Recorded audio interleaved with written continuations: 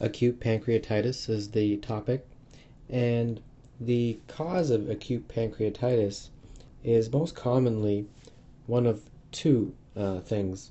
The first one is gallstones, and the second one is alcoholism. And together, they account for about 80% of all cases of pancreatitis. And there's a long list of other causes, but these are by far the two most common. So, what is the reason that pancreatitis is occurring in an individual?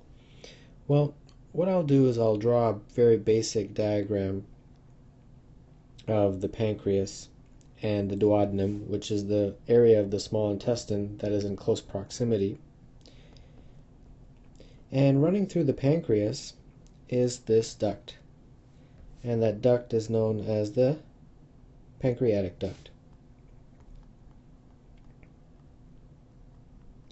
Now, normally what happens is the pancreas is responsible for producing digestive enzymes, and these digestive enzymes are produced by the pancreas, and they're released into the pancreatic duct. So I'll illustrate them with these orange dots. And then once they're released into the pancreatic duct, eventually they get secreted into the duodenum here. And then in the duodenum, in the small intestine, they can play the role of helping with digestion. Now, what's important is while they're in the duct, they're inactive. Once they're in the duodenum, they become active. So I'll illustrate that they're active by circling them in red. Now, what happens in pancreatitis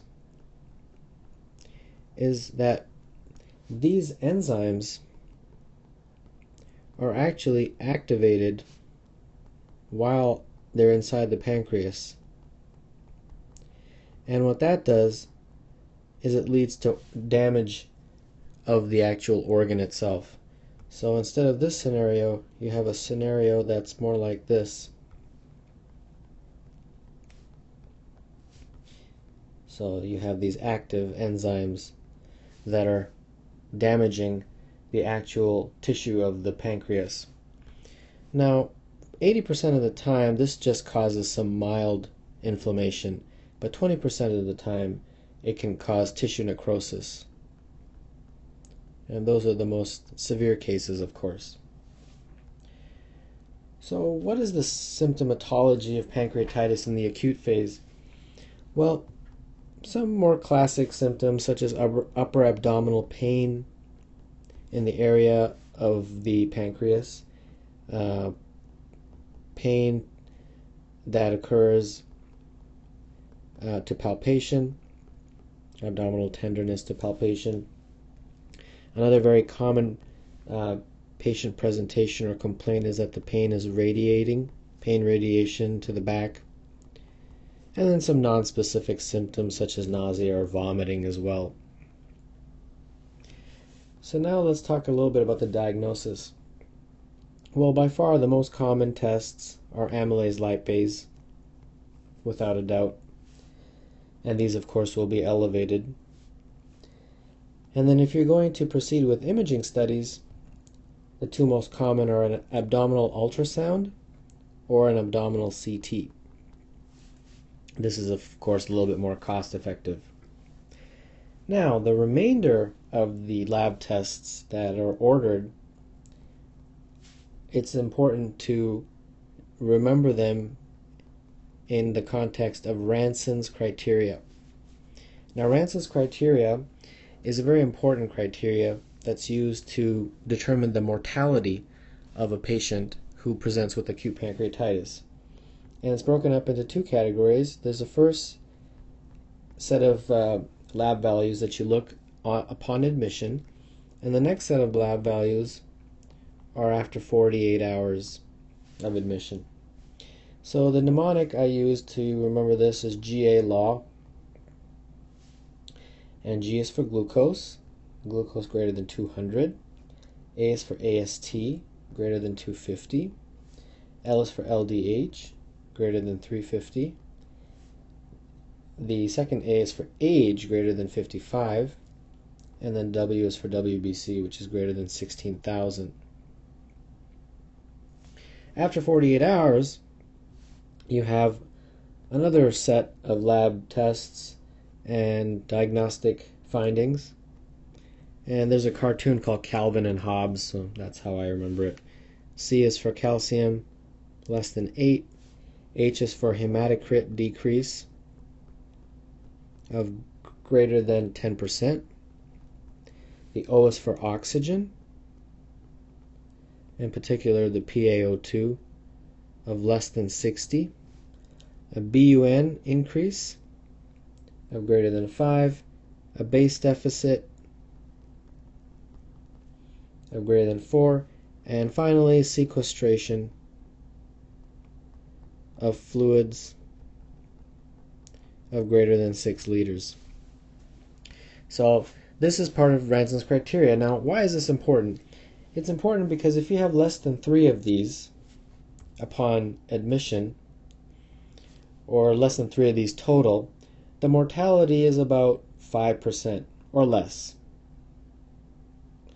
But if you have greater than or equal to 3 of these Ranson's criteria, the mortality can be very high, 15 to maybe 20%, which is quite significant.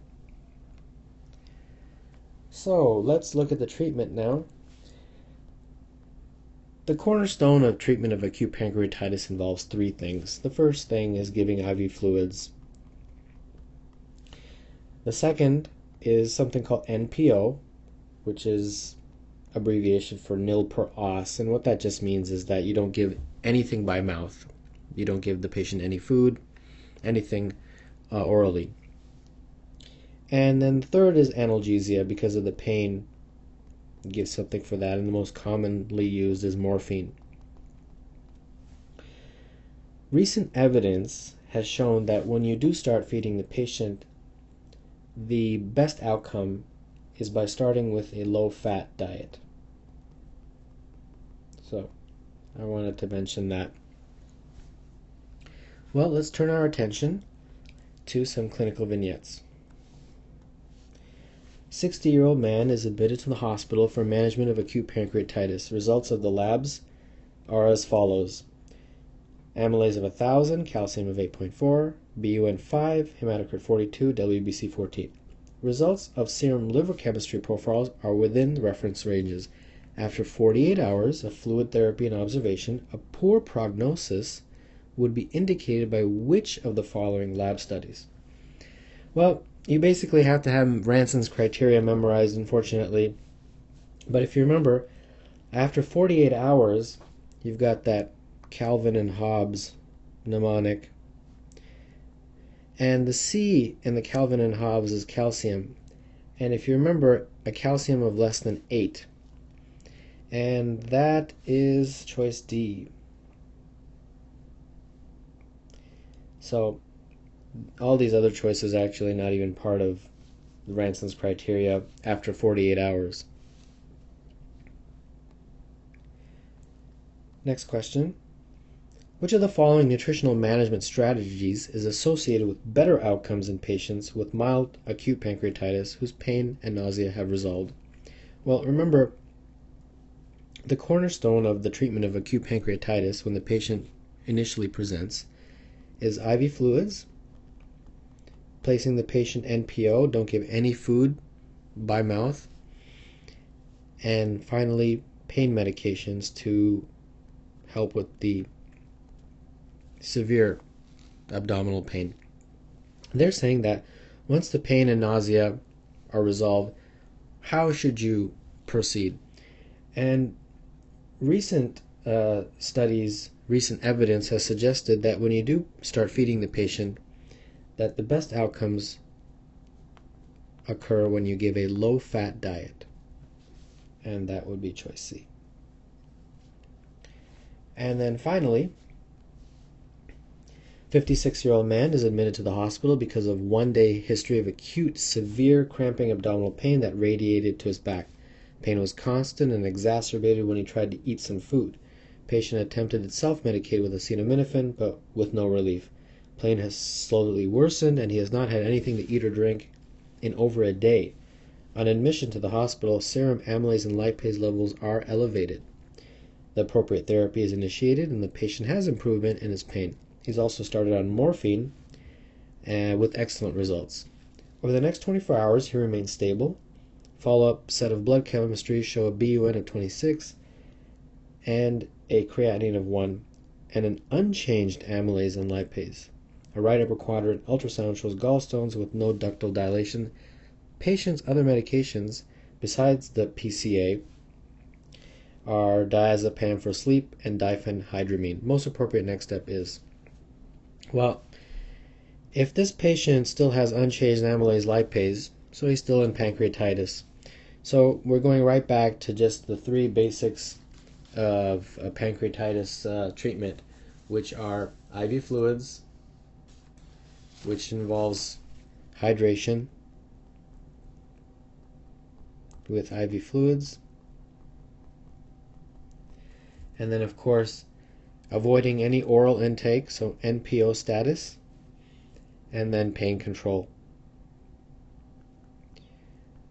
And the pain control, he seems to be getting morphine via this patient-controlled anesthetic, but the other two definitely need to be continued.